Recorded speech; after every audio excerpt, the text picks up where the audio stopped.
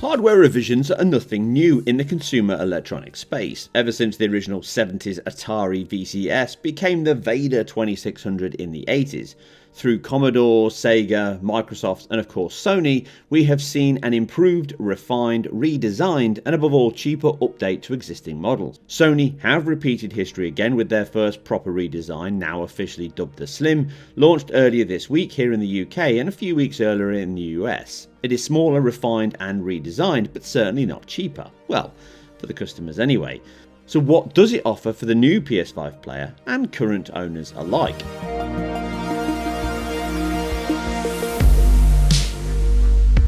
The most obvious change is that reduction in physical size and thus manufacture cost. The biggest reason these refreshes happen after all.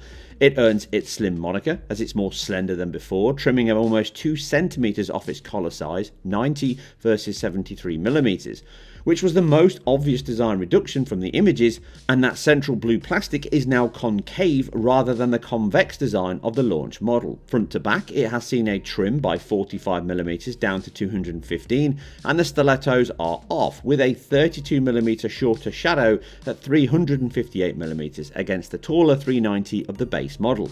This all adds up to a big volume reduction of 38.4% over the original model, which is 62% larger than this updated machine. Not bad.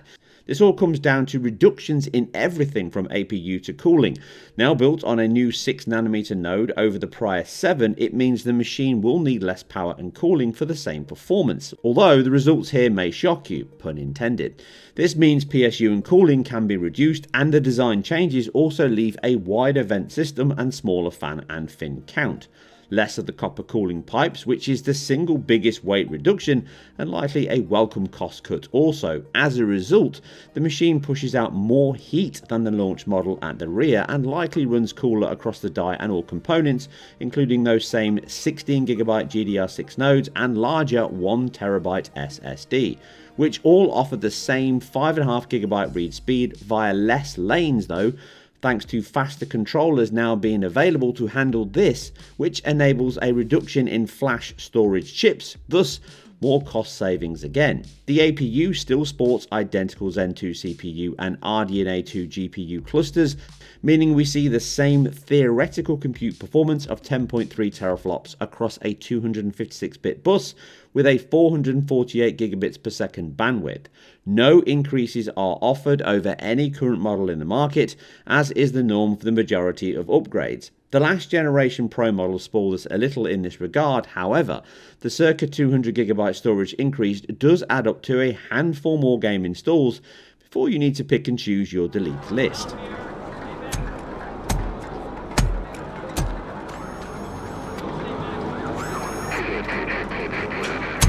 You could do with a head start.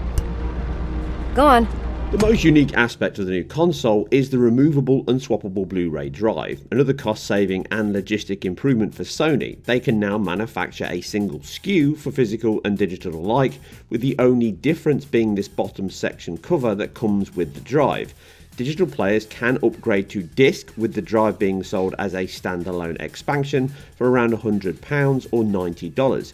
It uses a very simple SATA-like connector that clicks in and out with no screws being touched. Thumbs up here on design and simplicity, significantly better than the weak ribbon cable of the PlayStation 3. Once popped in, the sync of the drive to the console is a simple online registration, not linked to any account but the machine itself, from a hardware key. If you reset the console, it does deregister the drive, allowing the drive to be used across multiple PlayStation 5s and maybe even a future Pro or PS6. As these can be swapped quickly between machines, it opens up a second-hand market for them and makes dead drives much simpler for customers to replace, which I am a huge advocate of.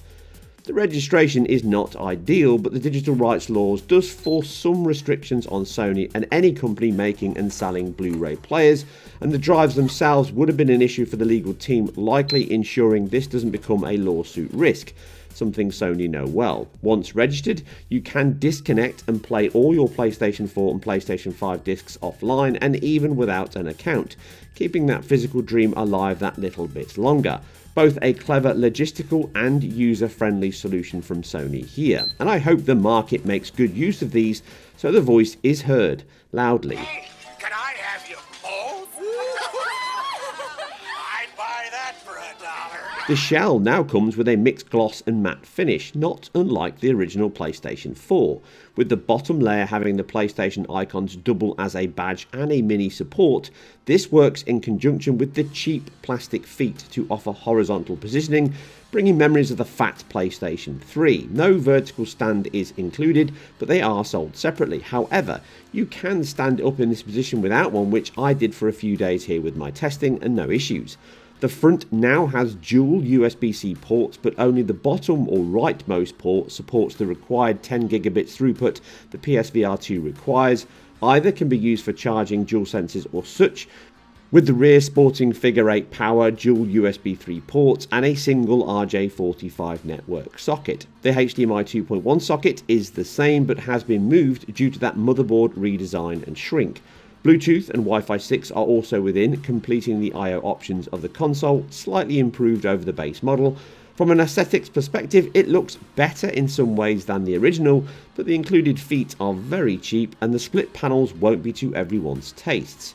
It works, but in reality, it is not a huge difference in design, with it looking closer to the split design of the DualSense and PlayStation 4 models, and the glossy panels will likely scratch easier, as does the deep blue glossy front, which it has on my launch model here, with the standard 3 attempts to get that USB inserted in the correct orientation. It's likely a reason we now see dual USB-C ports. Thermals and power is next, and really there's not a significant difference here. It is slightly hotter from the external vent than the standard one, but only by a couple of degrees and nothing meaningful, and again sound is almost the same.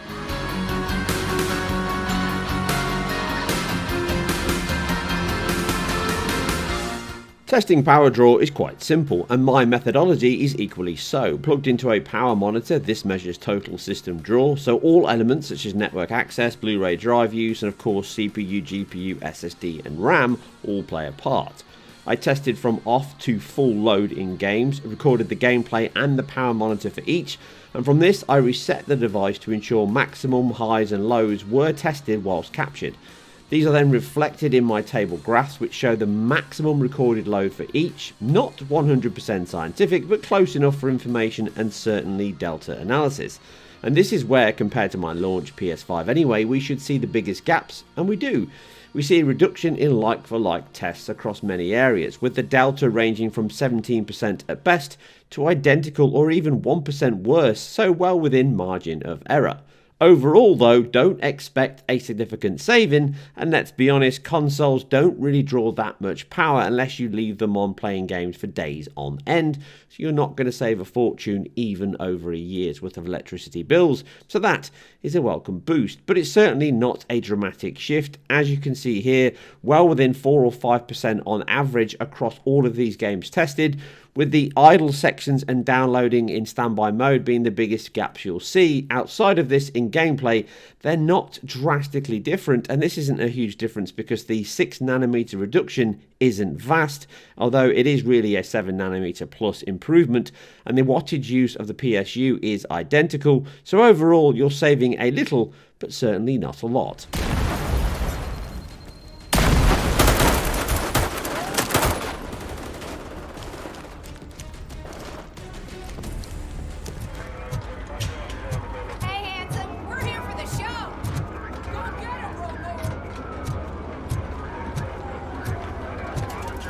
Came out of the trucks and they just started shooting at anything that moved. I can see you're ready to start a fight ship. I wouldn't bother. I already ran the plates. You should know by now, when it comes to evidence, we're hoarders. If it keeps on like this, We can't wait any longer. Those trigger-happy maniacs have a ton of hostages. There you are, partner. Lewis? The hell is going on up there?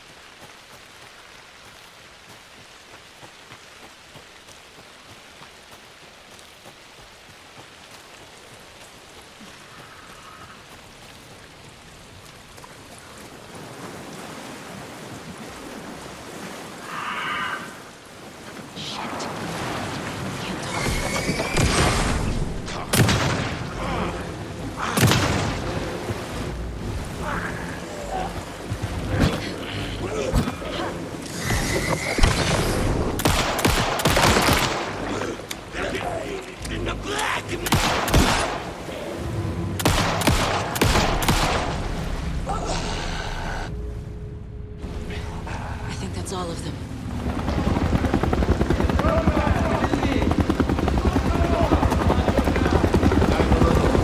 All teams, Alpha's in position. Copy. Bravo 6. Charge is hot. Charlie good to go. Fire in the hole. Stand by.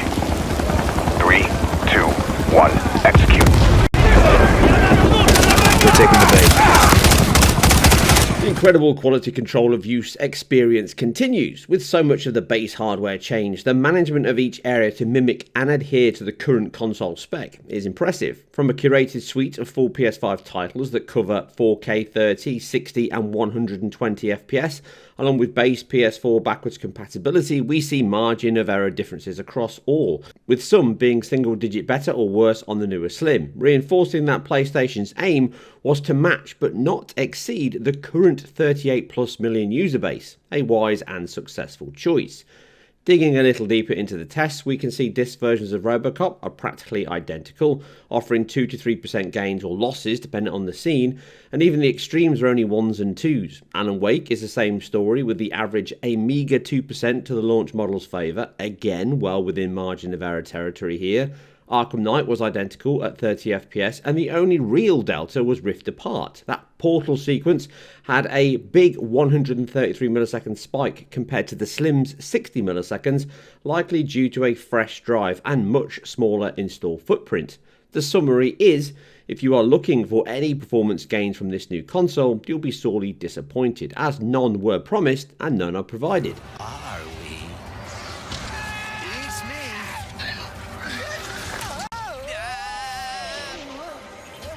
Crackhead to the depths. How many arms you got? What manner of trickery? What about loading then? Well, the final piece is that SSD testing. Does the reduced NAND and faster controller give us any better or worse results? Well, again, with a selection of games tested from Robocop, Hogwarts and Rift Apart, we see nothing tangible. Sometimes a few frames faster on the original, sometimes a few on the Slim. Even copying games from the internal SSD to external provides a similar maximum of 3.4 gigabytes per second, which is likely limited by the write speeds of the SSD. As I covered in my SSD upgrade video a few years ago, copying to the internal drive limits you even more, as the write speeds are severely limited here to prolong life, and we see the same limits on the new Slim. But we do have a gain, and a real one. With installing games from disk, we see a circa 14% faster time in favour of the Slim, which installed its game of Robocop 1.5 minutes faster than the original drive, which may be a result of a fresh and clean SSD and slightly faster optics. So this is the only real win here, and reality not one that anyone will notice or care. One nice feature if you're looking to swap from an older model is you can simply remove your SSD and drop it into the new console, and all your games will be ready to play. Aside checking if you have them installed on 2 drives, this is a simple process and it really helped my testing. Again, not something most will notice or need, but a welcome and transparent transfer process nonetheless.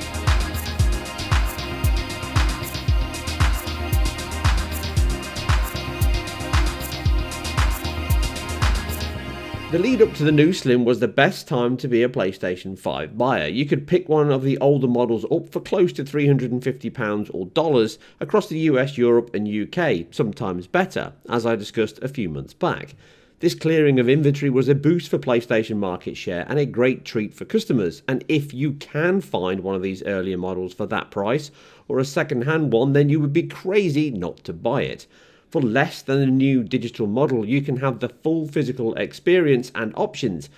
And the £480 or near $500 price this disc version goes for now is simply paying more for less than that model.